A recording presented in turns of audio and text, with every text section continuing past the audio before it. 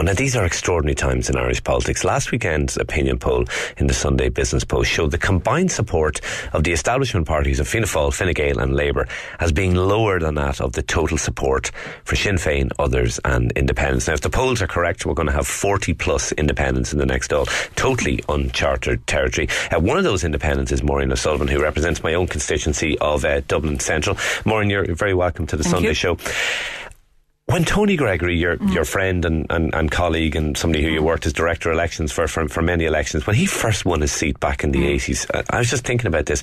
There was only a couple of independents. I mean, one of them was Neil Blaney, who was pretty much independent, Fianna Fáil.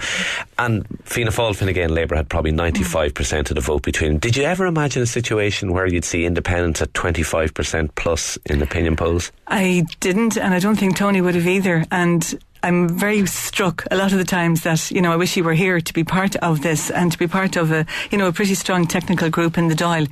There was one back in 2002 and he was the whip of that group. And I know it was something that he was really very proud of, because he said it to me a few times, of how people from different views, different viewpoints, that they could work together in mutual respect and use the technical group system. So it always strikes me that I'm really sorry he's not here to be part of this. Okay, does that mean that greater cooperation is something you would think of with independents? I mean, would you look at the idea, for example? I mean, there's some talk about a new left grouping or a new left party, maybe with Tommy Brewin, Roisin Shortall, people like that. Is that something you would potentially be part of? Maybe it's my personality, but I find it very difficult to go the hypothetical route and talk about something that might or might not happen. Have you been approached about it? No, I haven't. Depending on who might or might not be elected. So I think it's a real vacuum that you're talking in. If I were elected, where would I be? I mean, to me, the point is you have to get elected first and then you talk about these things. Though I know that people are saying with independence that there does seem to be a need for policies to come out from groupings within independents as to what they would do if they were part of a government. Yeah, because I suppose that's the criticism people would make of independents, that it's kind of easy for you guys on the opposition benches. That, I mean, look, I live in Dublin Central. I've never heard anybody saying a bad word about you. Now, some of that is obviously because you're a politician of integrity and you're a warm person.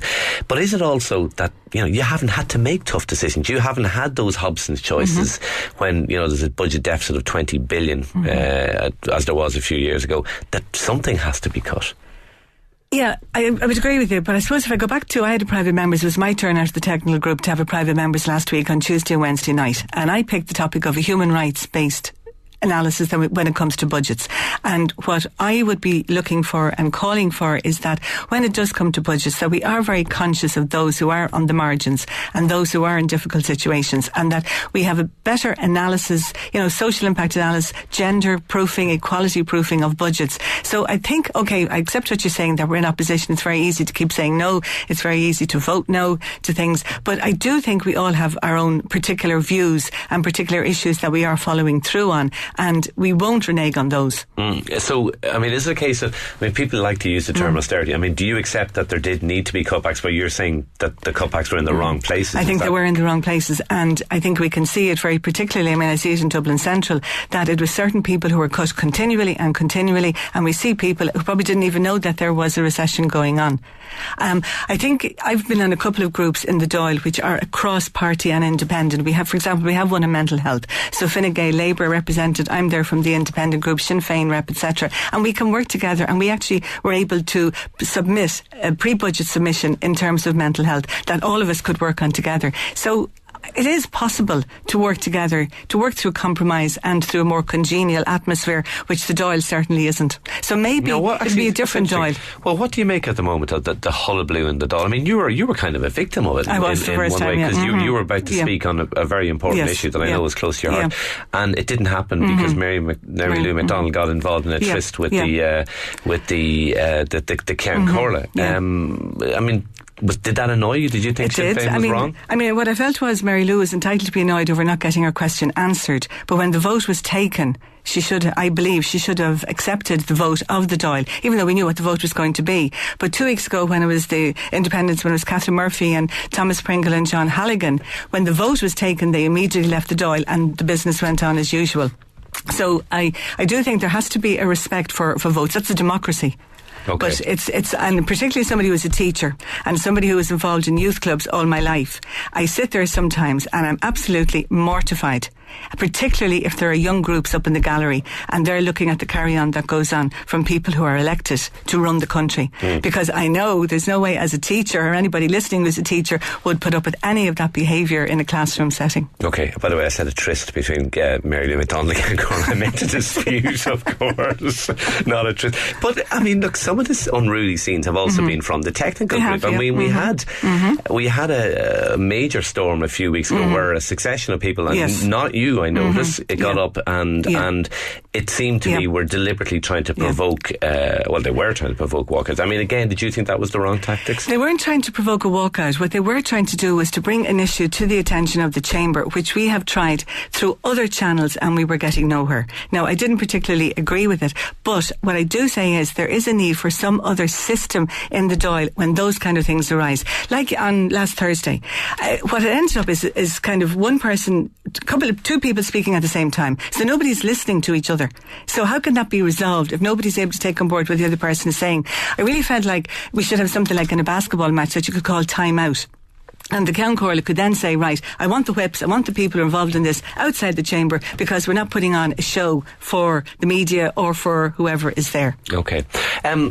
Tony Gregory is obviously very well remembered, particularly for many things, but obviously the Gregory deal was one of those. I know you're not mad about hypothetical scenarios, but it does look like the next Dáil could be a situation where independents will hold the balance of power. Now, we did have a situation going back a long time to 1948 where independents were part of a government and actually held a ministry. Is that something that would potentially, and I accept it is only a potential at this stage, but it's a realistic possibility, is that something that would potentially appeal to you? Of course it would. I mean, if you're in politics, you do hope to be in a position where you can make changes, and changes that will be, as I put it in my private members the other night, for the common good. I mean, Tony found himself in a really unique position back in 82. And I think if people look at the deal, and we had a big seminar on it in 2012 on the 30th anniversary, they'll see that while a lot of it was to do with Dublin Central, there are a lot of other aspects about that deal that were for the country. And I would hope that if there are independents in that sort of position, whenever the next election comes, that they will do what's best for the country as a whole, in the way that Tony did, as well as the issues that were very pressing for the constituency. I mean, housing was appalling. I mean, there were people in 82 still living in the tenements that O'Casey was writing about in The Plough and the Stars and Juno and the Paycock. Education, there was just no progression into second, or very little into second level, never mind any further. There were very few facilities for anybody. Employment was going because of the docks, and then of course the drugs came in just after that. So there were very particular issues that had been ignored, and I don't think anybody would condemn Tony for what he did for those issues that had been ignored for so long. Okay, so it's something that potentially appeals to you. Will you definitely stand in the next general election? I would hope to, but I'm too old and grey at this stage to take anything for granted. And I go back to Tony in 2008 and 9. He thought he had a few more elections in him, but circumstances took over, ill health. But I would certainly hope that I would be around for the next one. You strike me, and maybe I'm reading this totally wrong, as somewhat of a reluctant TD. That you don't really feel that much at home in Leinster House. Am I reading that wrong? Or is no, you're not. Because I mean, in fairness, if Tony hadn't passed away, I would still be teaching, and Tony would be in Leinster House, because it wasn't. I never saw it as an ambition of mine to be a TD. But again, circumstances prevented him from going on, and circumstances threw me into the situation I'm in now. It took me a while to adjust, because in actual fact, I was on a radio programme just before the by-election, and everybody knew George Lee was going to win, but Mark Hennessy was asked to call Dublin Central, and he said he couldn't, he didn't know. So, we were all saying, well, look, we'll put up a good defence of the seat for Tony in Tony's memory, and if we don't win, which we didn't think we would, well, we've done our best for him. So I was very surprised. I was absolutely shocked that we did take the seat. Okay, but you definitely intend, as of now, to stand. Oh, I do hope so. Yes, in the general election. Yeah. The rise of independence. I mean, is it down to the fact that we've tried all the others, if you like? I mean, Fianna Fáil and the Greens had their stay in power. Then we had Fine Gael and Labour, and it has to be said, in very difficult circumstances for all those. Some of it maybe brought upon by themselves, but I mean, is it just a case that the people are now going, well, look, we've tried them, and what's left, and it's Sinn Féin independence? I mean, is that what it is? I hope not, because I do think that within the technical group there are very fine people with integrity and honesty who I think are working very hard, and they are providing under very difficult circumstances in the Dáil, because I don't think anybody wants a technical group, and we've had to battle for anything that we have achieved, including, if we were a political party, we could have 8 more staff, for example, we could employ, whereas we pay to employ somebody ourselves. So it's been a hard battle for the technical group in the Dáil. But I do think that I certainly, if there is another election and if independents are holding the balance of power, I hope we don't go the same way as the PDs and the Green Party, but I don't think we would. Okay, some of the people you sit alongside in the back row have been involved in protest politics in recent weeks. What's your view on that? Some of the scenes we saw a couple of weekends ago, for example, with Joan Burton. Is that something you're comfortable with personally? No, but I believe in the right to protest, but that it should be peaceful protest, and I could certainly say that I wouldn't like to be surrounded in my car and be prevented from leaving somewhere that I wanted to go. People have the right to protest, and there's no doubt that there is anger out there, and this is the way that they're showing it. They're not waiting for the next election, which is what happened the last time. I'm fervent believer in democracy and the ballot box, so I don't like scenes of violence. I'm not a violent person. Would that suggest that if there, again we're back in hypothetical situations, but if there was a kind of a left-wing grouping, that some of those maybe on the further left are people you feel you couldn't do business with? Well, I think we share there's a lot in common, because I do think that the majority of people in the technical group, their concerns are for people who have been hardest done by during the austerity, during the recession. So I think there's a lot of common denominator. But I will say about in the technical group, regardless of whether right, left, centre, far left or far right or whatever, we have been able to work together. I've always been bemused after a technical group meeting, coming out and reading in the media about rows and arguments we had.